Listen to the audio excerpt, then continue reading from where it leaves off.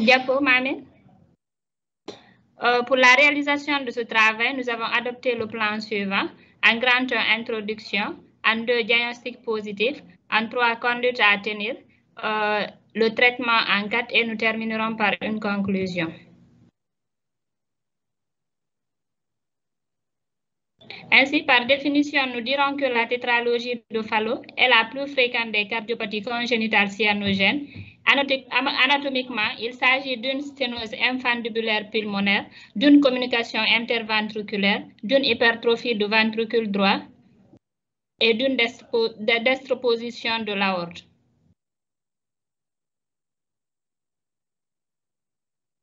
Le malaise anoxique est défini par une augmentation brutale de la sténose infundibulaire avec une interruption plus ou moins complète du passage du sang dans les artères pulmonaires, une accentuation du champ gauche-droite, une désaturation brutale et profonde du sang dans l'aorte avec une hypoxie dans les principaux organes, plus précisément le cerveau.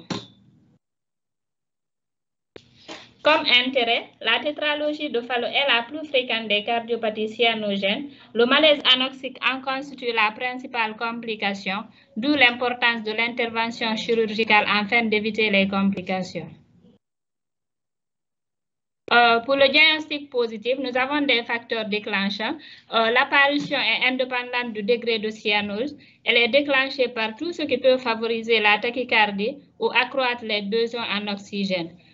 Nous avons la fièvre, les infections, la déshydratation, la douleur, la colère, les agitations, la peur, le stress, les efforts comme les tétés, la défécation, le cathétérisme cardiaque. Pour les manifestations cliniques, nous avons 2 phases. Premièrement, la phase tonique, elle est caractérisée par des agitations, des pleurs, une cyanose et une tachycardie.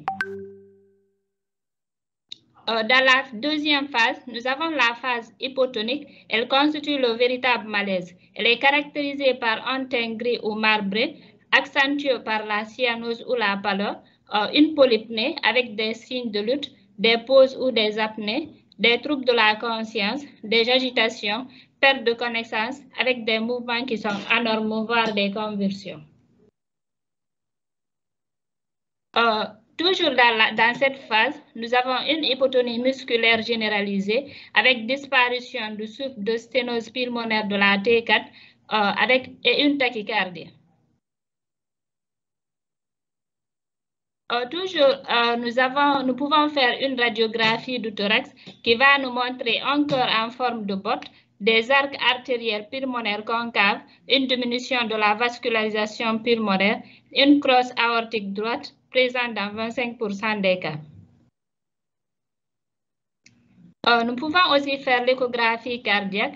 Elle est plus facilement identifiée en grand axe par une communication interventriculaire, le chevauchement de l'aorte, une continuité myocardite, une dilatation et une hypertrophie du ventricule droit.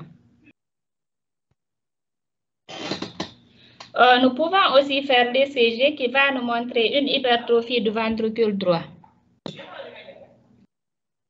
Dans la conduite à tenir, devant ce cas, il faut hospitaliser le patient, le mettre en condition, monitorer la fréquence cardiaque respiratoire, la saturation, la tension artérielle, la température.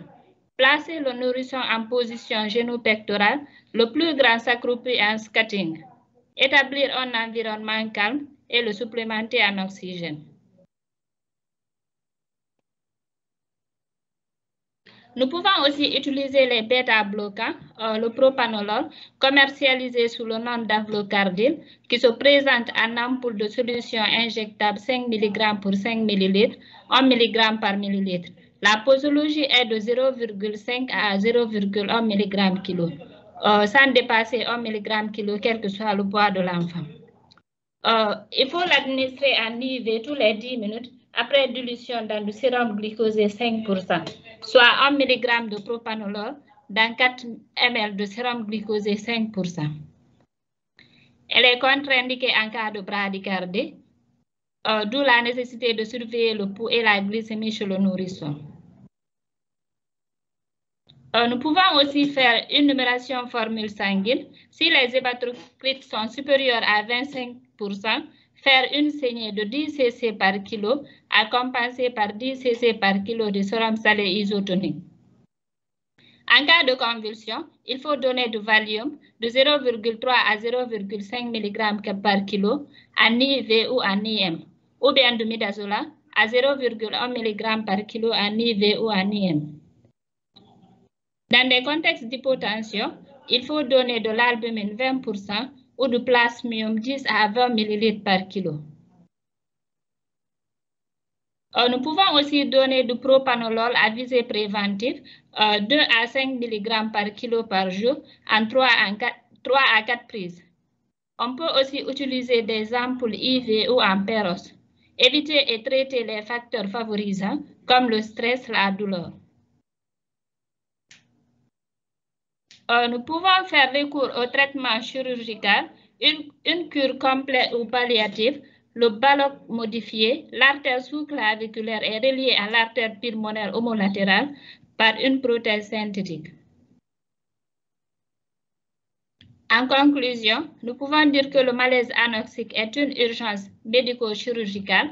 La prise en charge doit être immédiate pour éviter les complications. La prévention est possible par des mesures simples. Je vous remercie. Très bien. Question ou complément?